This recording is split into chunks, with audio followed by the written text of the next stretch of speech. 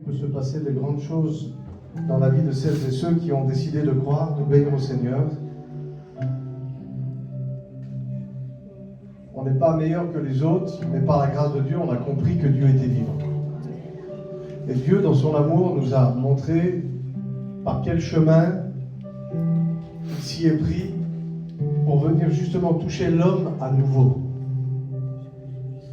Vous savez, la spiritualité, on dit qu'en France, on est dans un pays qui est incrédule, c'est-à-dire qui ne croit pas forcément à la spiritualité,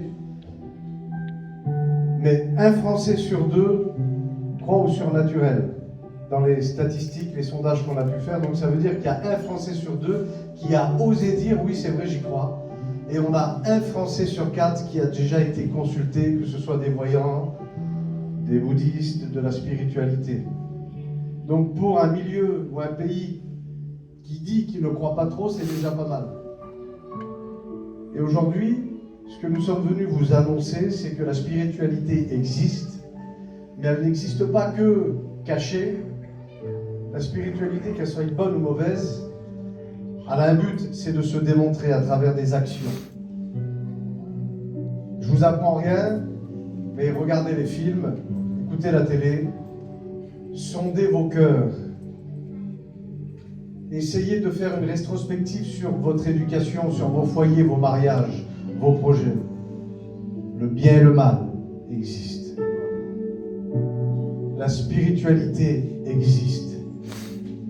Il y a des gens qui vont être plus réceptifs que d'autres, plus conscients que d'autres. Mais la spiritualité existe. Et Dieu, justement, veut que cette soirée soit une soirée ultra spirituelle. Il ne suffit pas de dire « oui, je crois en Dieu », et puis peut-être si un jour, je quitte cette terre, ou plutôt quand je devrais la quitter, souviens-toi de moi. Vous savez, on a un peu cette façon d'être, cette façon de vivre. On voudrait que ça se passe comme cet homme, dernier moment, face à face avec Jésus et dire « souviens-toi de moi ». Mais j'aimerais te rappeler quelque chose. C'est plus qu'un souvenir que Dieu veut avec toi. Dieu t'aime.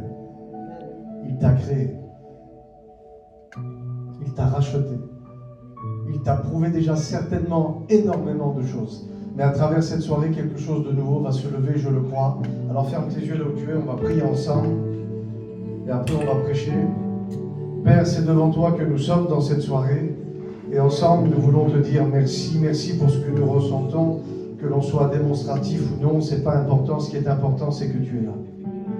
Mais ce qui est encore plus important, c'est que nous puissions recevoir ce que tu as à nous donner.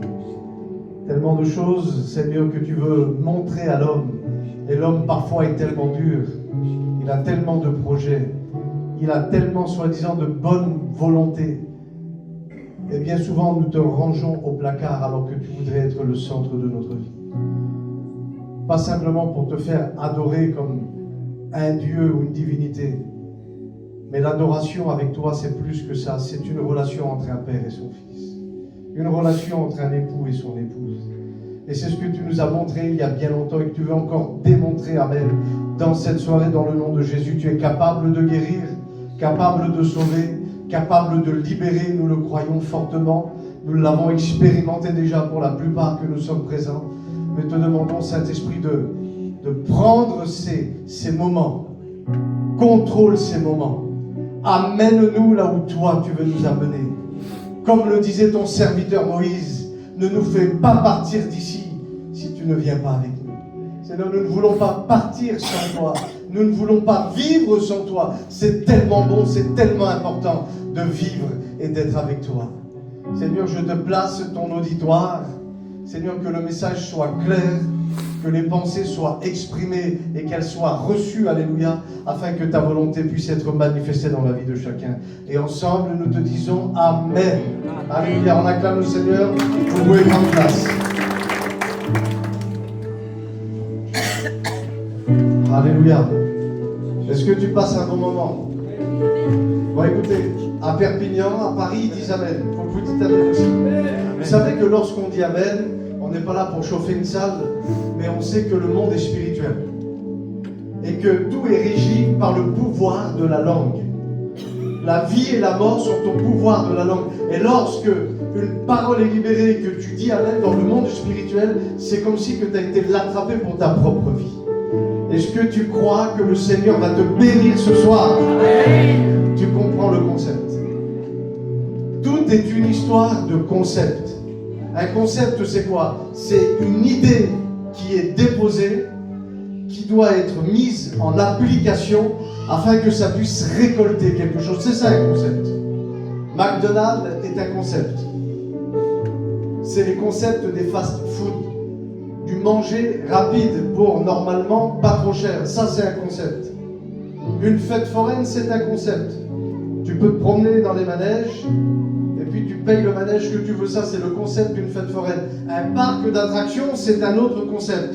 Tu payes à l'entrée et tu as tous les manèges gratuits. Tout est une histoire de concept. L'être humain est un concept divin. Nous sommes directement sortis de la pensée de Dieu.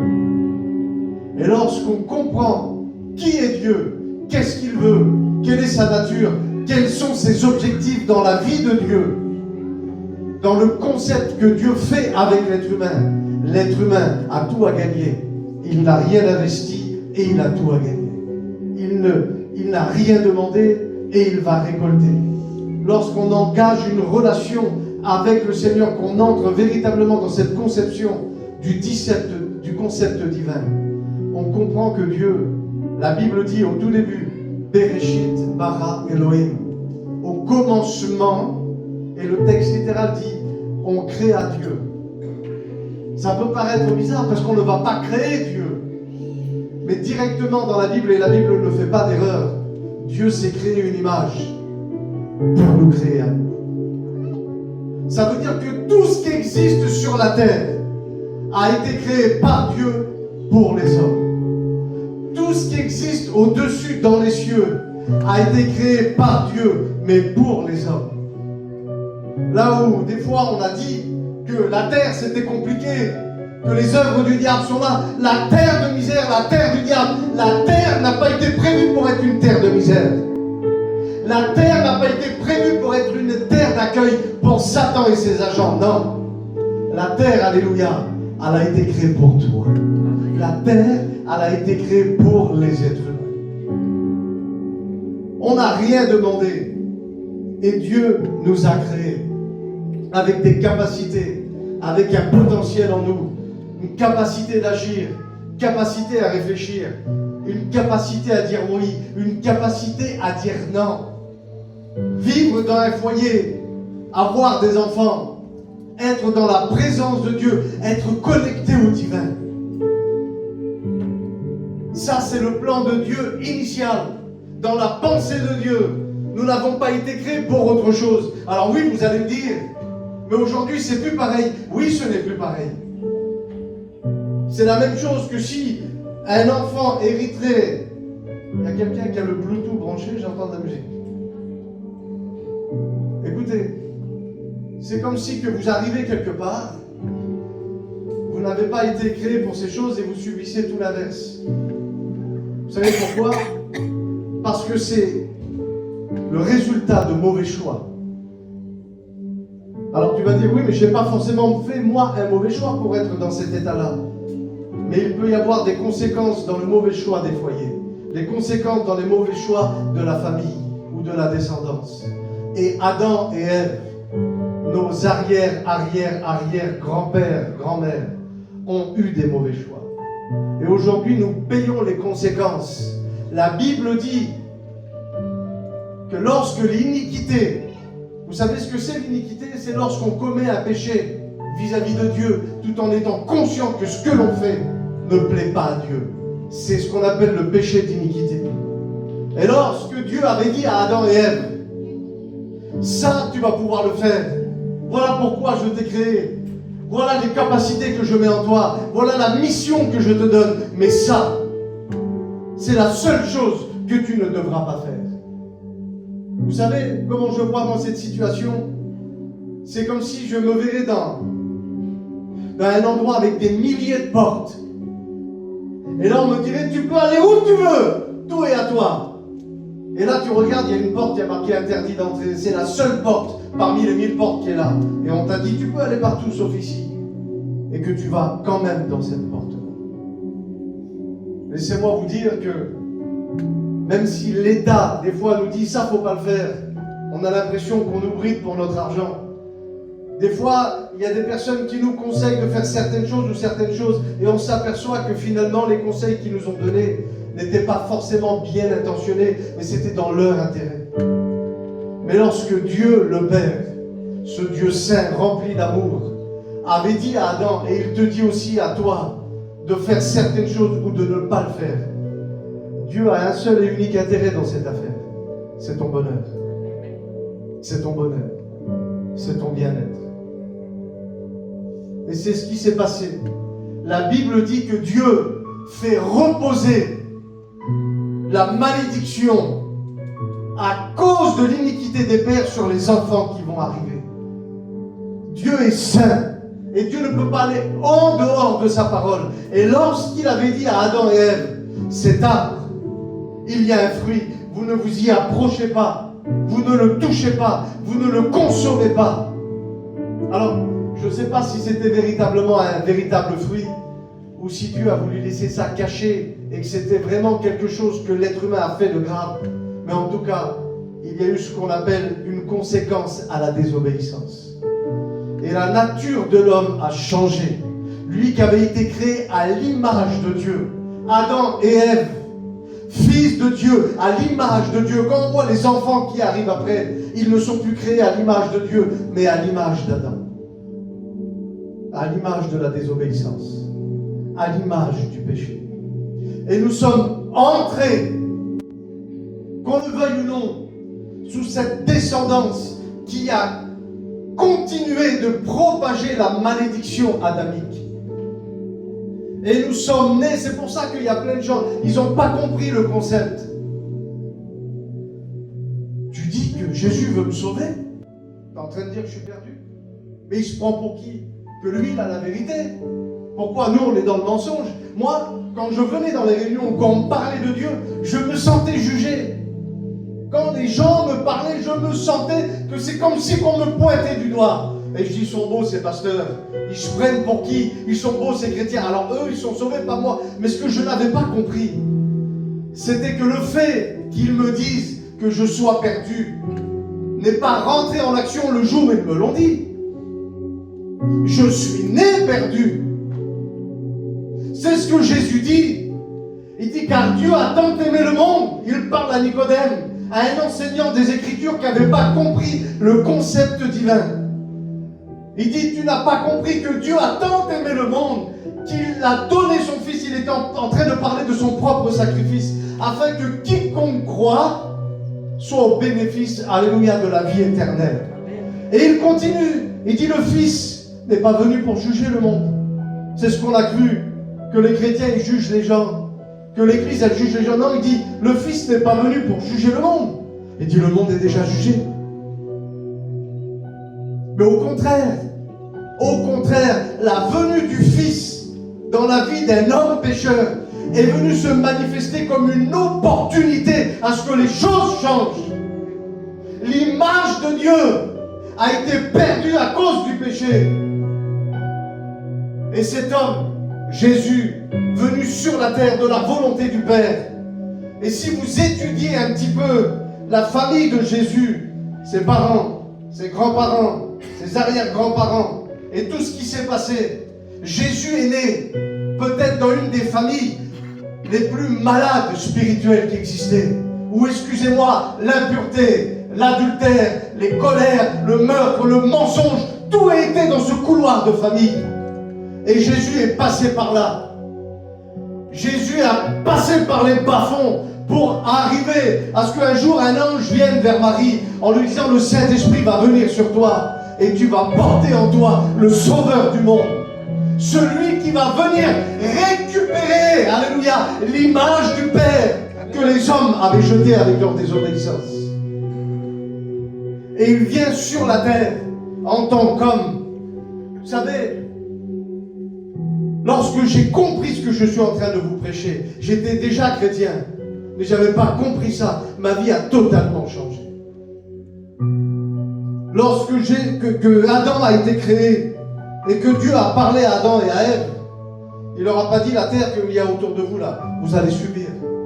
Il y aura de la maladie, des genoux à terre, vous allez en mettre jusqu'à vous en faire mal dans les genoux. Des divorces, il va y en avoir. Des avortements, tu vas plus en finir. Du travail, tu n'en trouveras pas. De l'argent, tu n'en auras jamais. C'est pas ça que Dieu a dit à Adam et Ève. Il dit, voyez tout ce qu'il y a ici là. Il dit ça. Tous les animaux, que ce soit sur la terre, que ce soit dans les cieux, tu vas les assujettir, tu vas les dominer. C'est même toi qui vas les nommer. Et il dit, je te donne une mission. Tu vas peupler la terre. Alléluia. Et il dit, ma présence qui est là, je te la donne. Tu vas la cultiver et la garder. C'est imagé, mais je ne sais pas vous, comment on peut réaliser la grandeur de ces choses. Qu'est-ce que Adam a reçu en étant un homme créé à l'image du Père. Et tout a été bafoué, tout a été jeté, tout a été cassé. Et nous sommes nés et on s'est mis en mode autodéfense. Et lorsqu'on est venu dans la vie, il faut se battre. Il faut se lever de bonne heure pour arriver à gagner un peu d'argent. Il faut essayer de faire ça. Il faut connaître des docteurs lorsqu'il y a une maladie. Comment on va faire? On appelle là-bas, on va appeler un tel, on va aller à Lyon, on va aller monter jusqu'à Paris. Et puis, toute notre vie sur la terre sont des conséquences des problématiques qu'il a fallu essayer de gérer et de résoudre. Alors qu'en réalité, dans le plan de Dieu, c'est pas comme ça que ça fonctionne. Et lorsque Jésus arrive de la volonté de Dieu par l'intermédiaire de Marie, les choses commencent à changer et évoluer. Il y a un homme qui se démarque.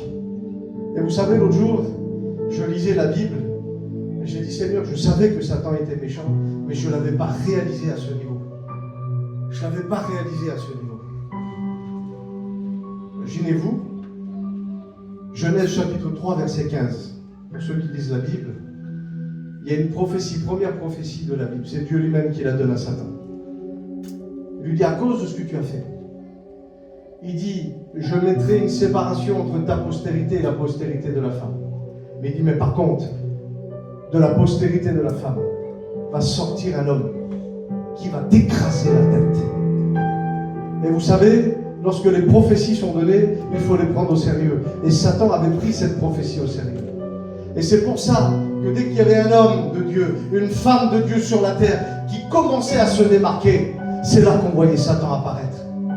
C'est pour ça que vous voyez des mères, excusez-moi, qui ne peuvent pas avoir d'enfants, parce que Satan connaissait la prophétie. Il dit, il faut que je la rende stérile en cas que celui qui doit m'écraser la tête vienne. Il dit, quand il y a des hommes de Dieu comme Abraham, je dois me lever. Comme il y a des hommes de Dieu comme Noé, je dois me lever. Un homme comme Job, Dieu lui-même va lui dire, j'ai vu que tu tournais autour de celui qui est intègre. Ah, c'est ça Satan, hein. Tu crois que c'est lui qui va t'écraser la tête? Peut-être que oui, peut-être que non. Imaginez-vous l'état d'esprit dans lequel Satan était. Et là, d'un seul coup, les mages voient que dans les cieux, il se passe quelque chose de surnaturel. Et ils sont avertis par la spiritualité. Il y a une étoile qui s'est levée. Et dans le monde spirituel, même les astrologues, les sorciers reconnaissent qu'il y a quelque chose de spirituel venant de Dieu qui va se passer. C'est pas la même affaire. Et là, Satan remplit le cœur du roi de l'époque. C'est comme s'il remplissait le cœur aujourd'hui de Macron de haine, de méchanceté. Et il dit, on n'arrive pas à trouver cet enfant, c'est pas grave. Je vais tuer tous les enfants. C'est pas rien. Mais la méchanceté du diable nous révèle la dimension de la puissance de Dieu. Le diable n'a peur de rien.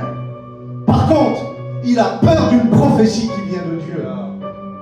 Et nous, on vient dans des réunions comme ça, on ouvre la Bible, verset après verset, et tu n'as même pas conscience que chaque verset sur ta propre vie est une prophétie. Une prophétie. Une prophétie. Là où le diable dans le monde spirituel a peur de la prophétie, toi tu dis, on verra demain. Et il fait tuer tous les enfants. Mais la protection de Dieu à cause du plan de Dieu Jésus n'est pas touché. On a beaucoup prêché sur la divinité de Jésus. C'est une réalité. Il est venu sur la terre 100% Dieu. Mais écoutez, il est venu sur la terre 100% homme. Parce que sinon, le combat n'aurait pas été dans la direction que Dieu avait dit. C'est la postérité de la femme, c'est pas la postérité de Dieu. Et lorsqu'on voit la vie de Jésus sur la terre, il est venu, et chaque action qui a été posée devant lui, il a cherché en lui, il a cherché en Dieu, et il a trouvé comment dominer sur la situation, dominer sur le problème. Jésus n'a jamais eu de problème d'argent. Jésus n'a jamais eu un problème de santé. Jésus n'a jamais eu un problème en lui démoniaque. Il est venu 100% homme sur la terre et confronter tous les défis de l'homme. Ça ne veut pas dire qu'il n'a pas senti les effets, puisque la Bible dit qu'il a eu faim, qu'il a eu soif, qu'il a été triste, qu'il a pleuré lorsqu'il a perdu quelqu'un qu'il aimait. Toutes ces choses-là sont venues dans sa vie, mais il ne s'est pas laissé submerger et absorber par ces choses. Et Jésus sur la terre est en train de manifester ce qu'un homme de Dieu, une femme de Dieu doit être.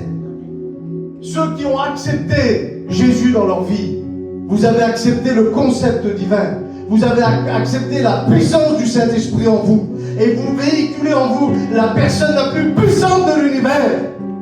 Donc je dois me refuser aux échecs, me refuser à la tristesse, me refuser à la faiblesse. Non, c'est pas le plan de Dieu. Puisque lorsque on regarde, on écoute, qu'est-ce que Dieu a dit à Adam? Il dit tu vas dominer, tu vas assujettir, tu vas nommer, tu vas peupler la terre, je te laisse ma présence, tu la gardes et tu la conserves. Lorsque je nais de nouveau, les mêmes paroles qui se sont fait résonner dans le jardin d'Éden se font résonner dans ma vie. Les mêmes paroles identiques. Vous savez pourquoi? Parce que dans le plan de Dieu, le temps n'existe pas. Et la parole qui a été donnée dans le jardin d'Éden, elle se donne ce soir à quelqu'un qui accepte de passer par la nouvelle naissance. C'est ça le mystère de Christ révélé. Alors, tu es au courant de ce que je dis? Puisqu'on t'a dit, Jésus a tout passé pour que tu puisses aussi le supporter. Et toi, tu arrives des fois à te consoler en te disant, ah, Jésus aussi il a eu de la tristesse, alors moi aussi je peux en avoir. Jésus aussi, à Gethsémané, c'était un peu compliqué, peut-être qu'il a eu un peu peur. Alors moi aussi, je peux avoir un petit peu peur. Je vais te donner un conseil. Arrête de t'identifier à Jésus dans ce qui peut te paraître des faiblesses. Parce que tout ce que Jésus a fait sur la terre, il ne l'a pas fait en se dopant, en se piquant à la divinité. Il l'a fait en tant qu'homme, homme de Dieu, qui cherche Dieu et qui fait sortir de lui les capacités que Dieu a mis en lui. Et c'est là que tu comprends, tu dis, Seigneur, je croyais que j'étais une 2 chevaux, finalement je suis une Ferrari. Et en fait, c'est ça. Je croyais que j'étais un chat, mais il y a un lion qui dort en moi. C'est exactement ça. Je croyais que j'étais un petit berger, alors qu'il y a un roi qui était ici. C'est ça que Dieu fait de toi. C'est ça qui sommeille en toi. Et lorsque Jésus arrive devant les situations et qu'il parle à la tempête, c'est pas Dieu qui parle. C'est Jésus, homme de Dieu. C'est pas Jésus Dieu, c'est Jésus, homme de Dieu. Mon frère, ma soeur, peu importe la tempête qui se lève devant toi, toi aussi tu peux prendre autorité comme il l'a fait et commencer à menacer la tempête. Tu me rends mon foyer, tu lâches mes enfants, tu lâches mes finances. Maintenant, à partir d'aujourd'hui, je déclare que c'est la santé dans mon foyer. Voilà comment Jésus menait sa vie sur la terre. Et il était en train de montrer aux hommes le concept divin. Ce concept qu'on avait oublié par la mentalité d'Adam. Mais maintenant, c'est la mentalité du Christ que tu dois revêtir ce soir. Toutes les choses qu'il a fait lorsqu'il commençait à dire, sachez, c'est toi. C'est pas Dieu, c'est un don spirituel. L'église est remplie de dons spirituels. Ça m'est arrivé. Je suis dans l'église et Dieu me donne un prénom. Je donne le prénom, la personne se lève et je sais que c'est la première fois qu'elle vient ici. Et lorsque je donne le prénom, que je prie pour elle, cette personne tombe, elle était remplie de mauvais esprits, les mauvais esprits l'ont quittée et le Seigneur l'a touchée et l'a libérée sur le champ. c'est pas Christ, c'est Dieu en Christ qui fait ça. Et Dieu en Jésus faisait ça. Dieu en l'apôtre Pierre faisait ça. En l'apôtre Paul faisait ça. Dieu en Marie faisait aussi des signes, des prodiges et des miracles. Alléluia. Et il y a des choses qui sont devant nous. Comment je vais gérer la situation? Comment tu dois gérer la situation? La Bible dit que Jésus n'a pas regardé qu'il était l'égal de Dieu. Écoutez bien. Mais il est venu sur la terre s'incarner dans un homme comme toi, comme moi, avec les mêmes problématiques. Mais quelle vie glorieuse. Et il dit, le livre des Hébreux, qu'il a passé une situation compliquée, et ça c'est à Gethsémane. Là où la mort était venue le chercher. Et il dit, bien qu'il fût fils, il a appris l'obéissance par des cris. Dieu nous a donné, amen, la prière. La prière. Tu sais quoi la prière? C'est parler à Dieu. C'est quoi la prière? C'est parler dans le monde spirituel. C'est quoi la prière? C'est de dire à la maladie, tu lâches. C'est quoi la prière? C'est de dire à l'angoisse, tu lâches. C'est quoi la prière? C'est j'appelle la conversion sur mon foyer. J'appelle la santé sur mes enfants. C'est ça la prière. Il n'y a pas un livre de méthodologie, mais ce que tu le veux, tu le dis et tu le fais accompagner par le nom de Jésus. Alléluia. Lorsque la pierre est lancée par David avec le lance-pierre, elle part à une vitesse. Mais lorsque la pierre est lancée par David et que le Saint-Esprit prend la pierre, ça part à une autre vitesse. Et lorsque l'on prie et qu'on dit dans le nom de Jésus, on prend cette prière et on la lance dans la tête de Goliath. Et les choses doivent tomber devant nous. Pourquoi? Parce que je ne suis pas appelé à subir et à me laisser submerger par la vie. Mais Dieu m'a mis sur la terre, alléluia, pour apprécier et dominer dans cette vie. Alléluia. Au nom de Jésus. C'est important de se rappeler ce que je suis en train de vous dire. C'est ce qu'on appelle dans notre jargon évangélique la doctrine de l'identification. Où je peux m'identifier à Christ, oui, dans ses faiblesses, lorsqu'il a eu faim, lorsqu'il a eu soif. Mais je veux surtout, alléluia, m'identifier à lui dans sa victoire. L'apôtre Paul pose une question lorsqu'il est en train d'écrire les épîtres. Et il dit, mort, où est ton aiguillon? Mort, où est ta force? Ça fait 2000 ans, hein. Le diable n'a pas pu encore répondre. Mais il a répondu à sa place. Il dit, tu ne peux pas répondre. Il dit, parce que tu as été englouti dans la victoire du Christ. Alléluia. La même manière que les sorciers, à l'époque les magiciens, ils ont jeté les bâtons sont devenus des serpents. Moïse avait jeté le sien aussi, et le serpent de Moïse a englouti les autres serpents de la magie. La vie de Dieu en nous engloutit les problèmes pour marcher dessus en nouveauté de vie, en homme et une femme victorieuse. Et je dirais, la Bible dit pas que tu es victorieux, dit tu es plus que victorieux. Le plus c'est quoi? Victorieux par rapport à la vie éternelle, mais victorieux pour la vie terrestre, ce que je vais laisser à mes enfants et à mes petits-enfants. Au nom de Jésus. Alléluia. Merci Saint-Esprit pour ce que tu es en train de faire. Il y a quelque chose qui se manifeste ce soir. Est-ce que tu le crois? Je voudrais vous demander pardon au nom des prédicateurs ou des pasteurs. Et vous allez comprendre pourquoi. Parce que des fois, il y a des choses dans notre vie qui peuvent bloquer. Ou cette forme de croyance, on a du mal à y croire. Parce qu'en fait, la foi vient de ce qu'on entend. Moi, ma vie, elle a commencé à changer quand j'ai fait attention à ce qui rentrait dans mes oreilles. Soyons honnêtes. Prenez toutes les églises du monde. Catholiques, évangéliques, protestants, orthodoxes, et puis tous les mouvements qui existent. Laquelle de ces églises va vous dire, chez moi, on est dans l'erreur? Elles ont toute la vérité.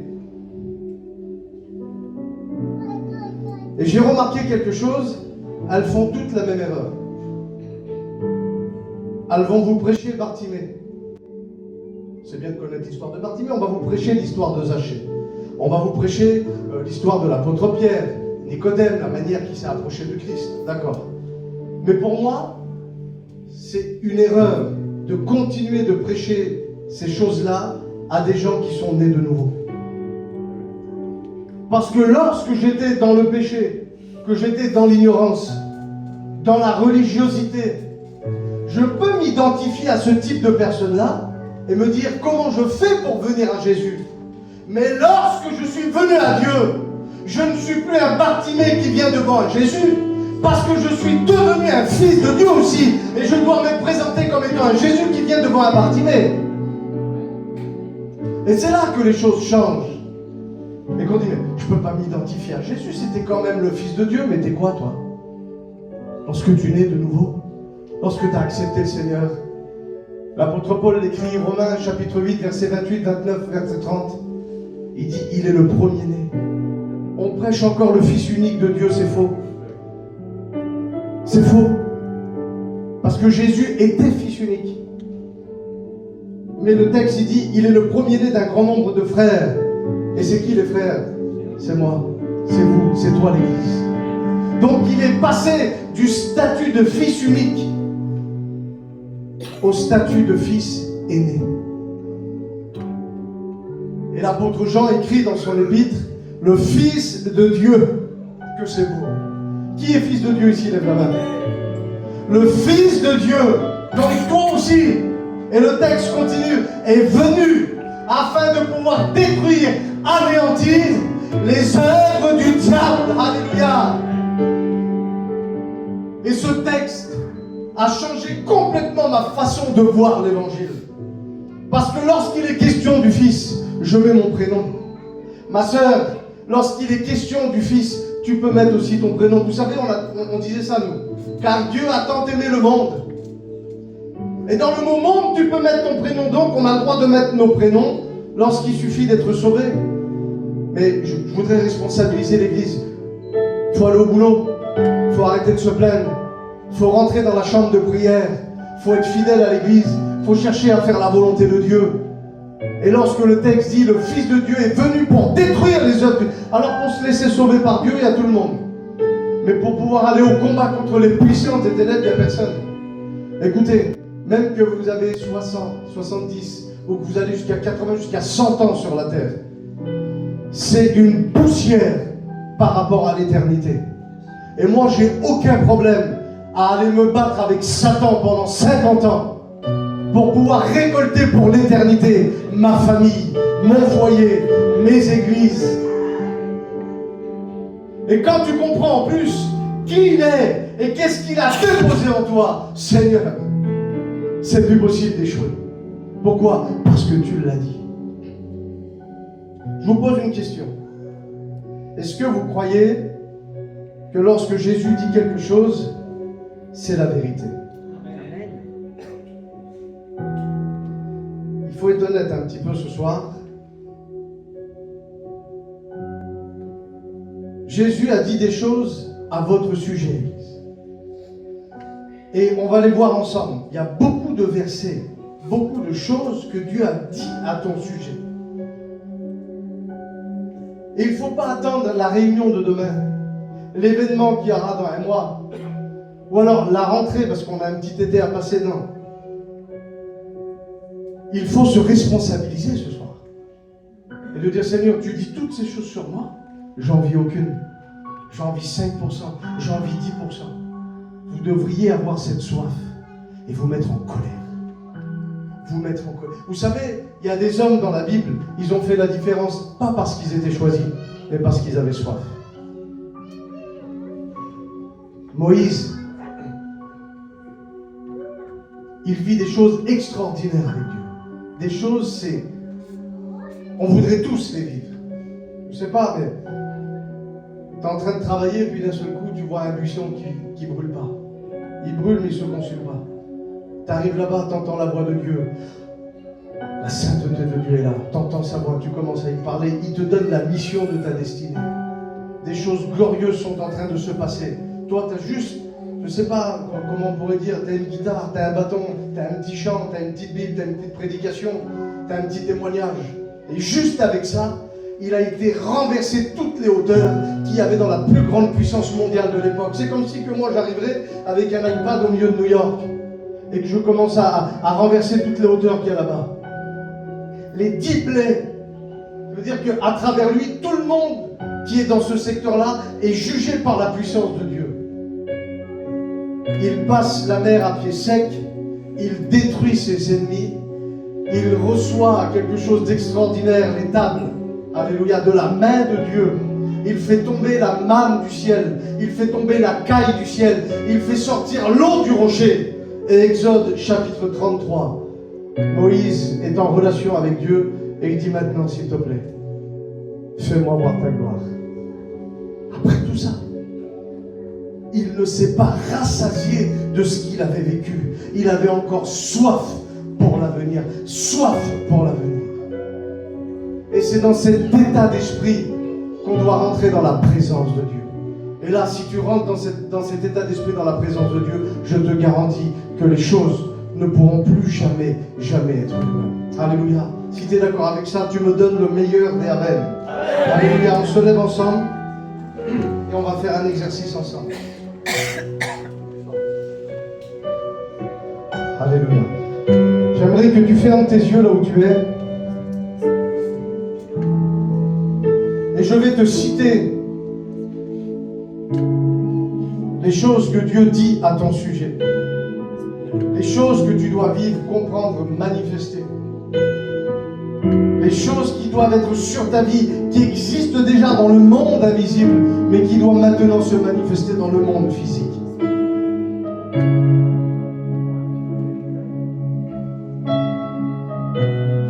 On doit laisser la parole de Dieu nous convaincre de ce que nous sommes. La Bible dit, je suis enfant de Dieu. Je suis ami de Christ. Amen. J'ai été justifié. Voilà ce que Dieu dit à ton sujet. Je suis attaché au Seigneur et je suis un seul esprit avec lui. J'ai été racheté à un grand prix et j'appartiens à Dieu. Je suis membre du corps céleste. Je suis membre du corps de Christ. Je suis saint, alléluia, par ma nouvelle naissance et j'ai été mis à part. J'ai été adopté comme un enfant de Dieu. J'ai directement accès auprès de Dieu par le Saint-Esprit. Qui a le Saint-Esprit? Dit Amen ici. Amen. Tu as directement accès auprès de Dieu par le Saint-Esprit. Tu as été racheté, pardonné de tous tes péchés. La Bible dit, j'ai tout pleinement en Christ. Alléluia. Je suis à jamais, c'est terminé, à jamais libéré de toute condamnation. J'ai l'assurance que toutes choses concourent, coopèrent au bien de ceux qui aiment Dieu. Est-ce qu'il y a des adorateurs ce soir? J'entends pas, est-ce qu'il y a des adorateurs? Est-ce qu'il y a des hommes et des femmes qui aiment Dieu? J'ai l'assurance que toutes choses concourent au bien parce que j'aime Dieu, alléluia. Je suis libéré de toutes les charges qui pesaient contre moi et qui me condamnaient. Je ne peux pas être séparé de l'amour de Dieu. Romains chapitre 8. J'ai été établi, j'ai été oint, j'ai été scellé par Dieu lui-même. Et je suis persuadé, voilà ce que l'apôtre déclare, que Dieu, alléluia, qui a commencé en moi cette bonne œuvre, la poursuivra jusqu'à son achèvement. Il y a des choses que tu as commencées et je prophétise sur ta vie et tu as le droit de dire Amen. Que les choses que tu as commencées, il va les terminer. La conversion qui était là, la puissance que tu as commencé à vivre, la différence que tu vas marquer dans ta famille parce que tu seras un vrai chrétien, alléluia, authentique. Je ne peux pas être séparé de cet amour. Je suis persuadé, alléluia, que je suis citoyen des cieux. Je suis caché avec Christ en Dieu.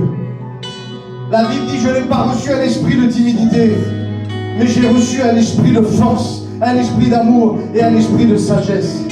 Je peux obtenir grâce et miséricorde si j'en ai besoin. Je suis né de Dieu et le malin, le diable, les oppressions ne peuvent pas me toucher. C'est ce que l'apôtre dit à son sujet. C'est ce que l'apôtre dit, que l'Église est devant Dieu. Au nom de Jésus. Commence à prier là où tu es, ferme tes yeux et on va prier ensemble. Il y a des choses que le Saint-Esprit va faire.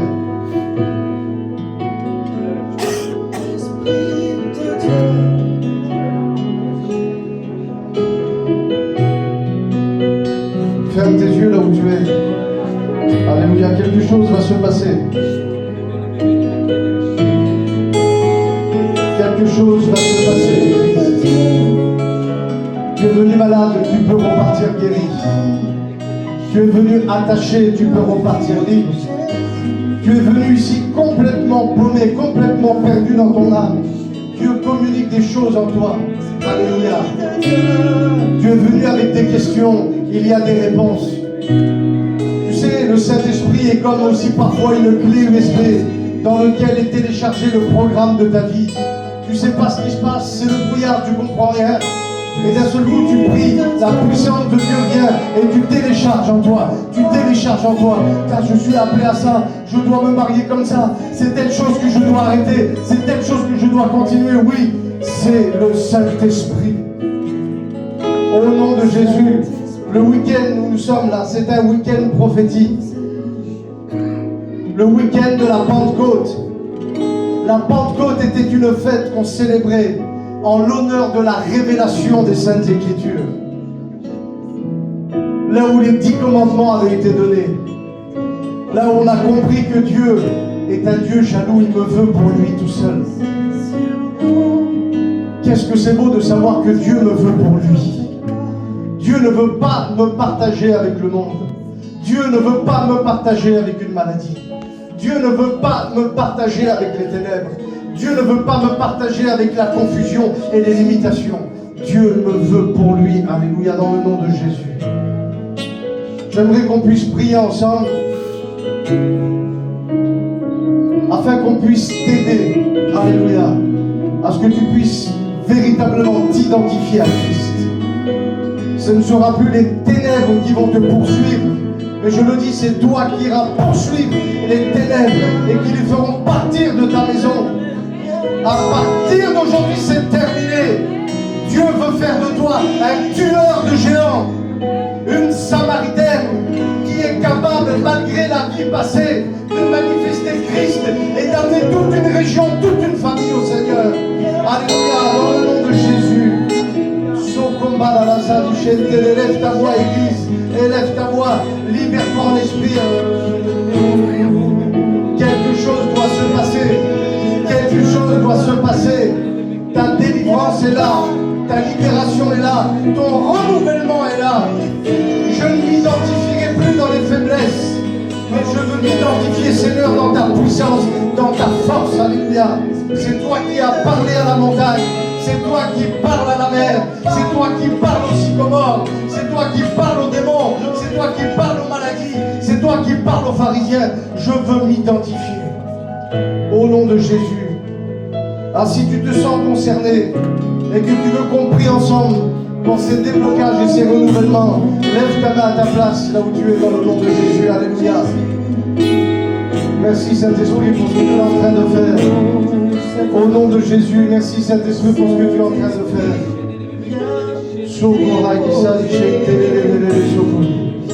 Alléluia. J'aimerais que ceux qui ont levé leurs mains s'approchent sur le devant. Approchez-vous sur le devant et on va prier ensemble pour vous. Alléluia, au nom de Jésus.